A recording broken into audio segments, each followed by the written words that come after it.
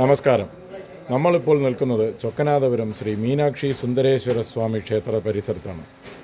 ഇവിടം 22 കൊല്ലം കഴിഞ്ഞ് മഹാകുംഭാഭിഷേകം നടക്കാൻ പോവുകയാണ്.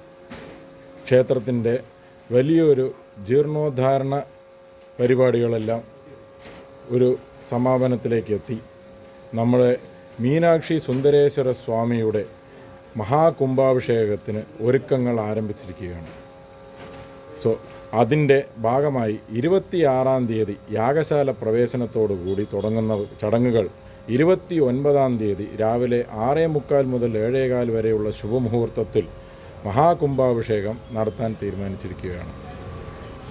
അതിനായി ഈ ക്ഷേത്രത്തിൻ്റെ ചരിത്രത്തിനെയും മൂല്യതയെയും കുറിച്ച് പറയാൻ വേണ്ടി ക്ഷേത്രത്തിലെ ഭാരവാഹികൾ നമ്മുടെ ഒപ്പമുണ്ട്.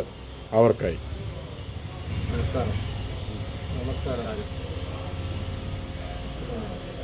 ചൊക്കനാഥപുരം മീനാക്ഷി സുന്ദരേശ്വര സ്വാമിയുടെ ഈ അമ്പലത്തെപ്പറ്റി പറയുകയാണെങ്കിൽ കൽപ്പാത്തിയിലുള്ള ശിവക്ഷേത്രത്തിന് അത് അവിടെ വരാൻ തന്നെ സാക്ഷിയായിരിക്കുന്ന ഈ അമ്പലമാണ്.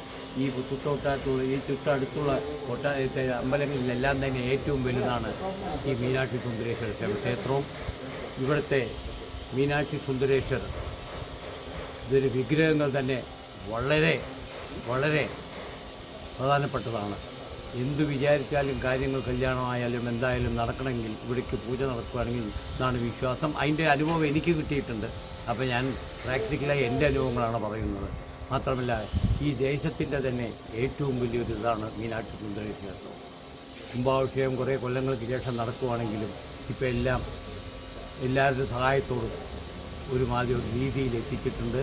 എല്ലാം മംഗളമായി തീരാൻ നിങ്ങളുടെ എല്ലാ അനുഗ്രഹം വേണം, സഹായം വേണം.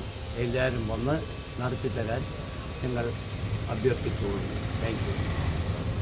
ചൊക്കനാഥപുരം ശ്രീ മീനാക്ഷി സുന്ദരേശ്വര സ്വാമി ക്ഷേത്രം അതിപുരാതനമായ ക്ഷേത്രമാണ്.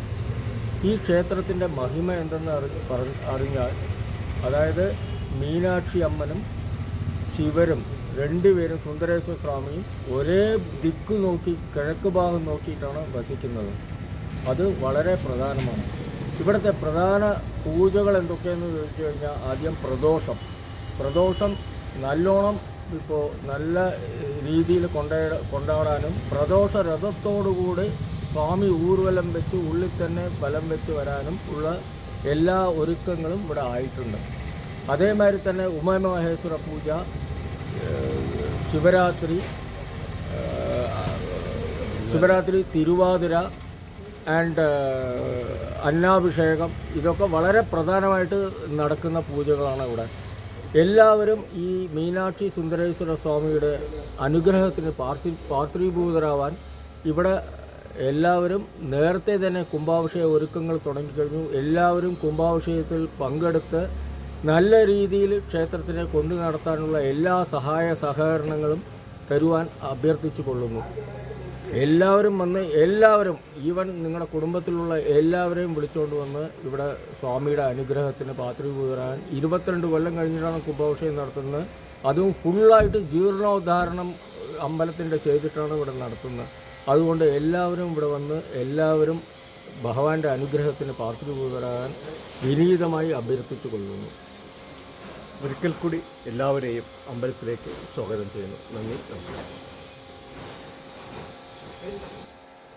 എല്ലാവർക്കും നമ്മുടെ യാഗശാലയുടെയും അമ്പലത്തിൻ്റെയും പരിസരത്തിൻ്റെയും നമ്മുടെ ജീർണോദ്ധാരണത്തിൻ്റെയും പൂർണ്ണ രൂപം ഒരു ഗ്ലാൻസ് എന്ന പോലെ നമുക്ക് ഈ വീഡിയോയിൽ കൂടെ കാണാവുന്നതാണ്. യാഗശാല